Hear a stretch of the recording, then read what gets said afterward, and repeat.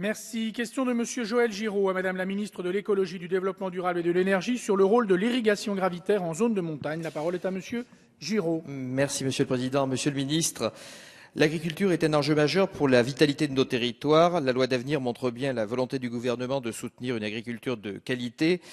Mais les agriculteurs sont soumis à de nouvelles pressions qui les inquiètent. L'agriculture irriguée est impactée par la variabilité saisonnière et interannuelle des volumes d'eau disponibles, mais aussi par la priorité donnée aux volumes environnementaux.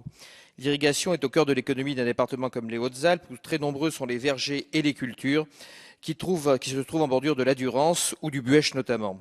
Autre sujet lié à cette question du partage de l'eau, celui de l'irrigation gravitaire. Les canaux d'irrigation jouent un rôle essentiel contre l'érosion, mais aussi pour la préservation de la biodiversité.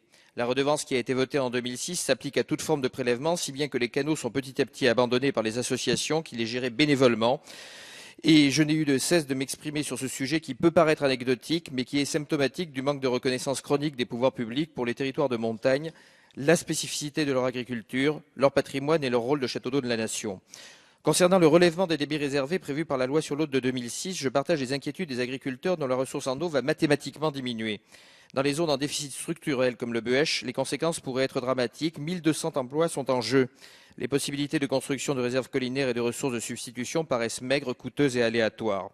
Il a été dit aux arboriculteurs que des arrêtés préfectoraux pourraient être pris en fonction de leurs besoins, mais le temps qu'un arrêté soit pris, les pompes seront déjà désamorcées. Chacun comprend la nécessité de mieux prélever et distribuer l'eau. Tous sont conscients des efforts à faire, mais aussi des efforts déjà entrepris qui semblent peu pris en compte. Le développement de l'aspersion ces 40 dernières années a permis une économie d'eau de 80%. Alors ma question sera triple. En ce qui concerne l'avenir très incertain des canaux d'irrigation, le ministre de l'Agriculture avait, en réponse à une question que j'avais posée, émis l'idée d'une remise en cause de la redevance, au motif que le rôle essentiel que joue l'irrigation gravitaire dans le maintien de la biodiversité en montagne. Qu'en est-il de cette brèche ouverte par le gouvernement en juin dernier ?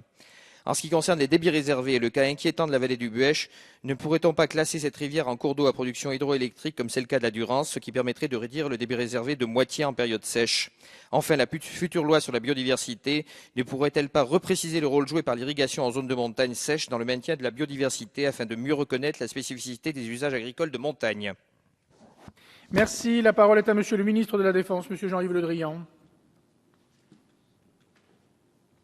Monsieur le député, je réponds à votre question en remplacement de Madame Royal qui est en déplacement à l'étranger. Les évolutions des besoins en eau des divers usagers, conjuguées aux incertitudes liées au changement climatique, imposent des actions favorisant une gestion équilibrée de la ressource en eau. Et l'application de la redevance pour prélèvement sur la ressource en eau nous incite à répondre à cet objectif.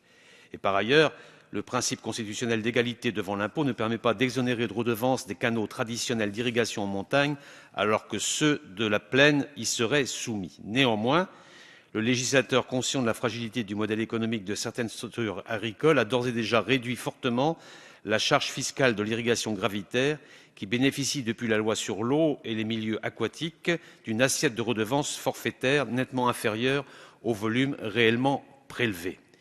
L'évolution des besoins spécifiques à l'agriculture de montagne ne peut pour autant être omise.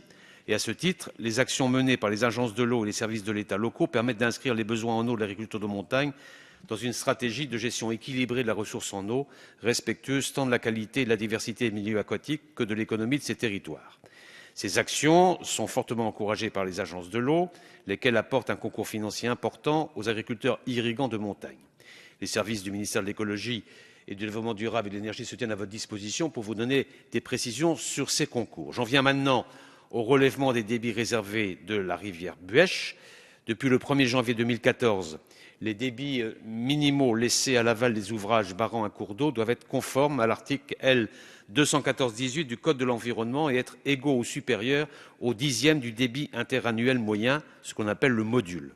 Ce n'est que pour les cours d'eau dont ce module est supérieur à 80 mètres cubes par seconde et pour certains ouvrages de production hydroélectrique de pointe listés par décret que ce débit minimal peut être abaissé au 20e du module.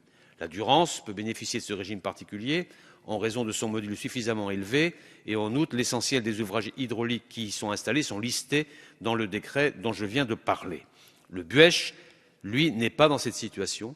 Et son débit moyen n'est pas supérieur à 80 mètres cubes par seconde. Les ouvrages hydroélectriques qui y sont construits ne sont pas, eux, listés comme ouvrage majeur pour la production de pointe. Cependant, il est possible de faire varier le débit minimal au cours de l'année dès lors qu'il reste en moyenne au moins égal au dixième du module et que sa valeur minimale mensuelle ne descende jamais au-dessous du 20e du module. Et c'est cette piste qui est actuellement en cours d'exploration et dont il vous sera rendu compte.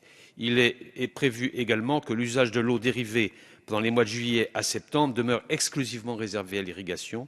Et si l'instruction de cette demande est favorable, elle aboutira donc très largement à satisfaire les objectifs que vous exposez. Je vous en prie.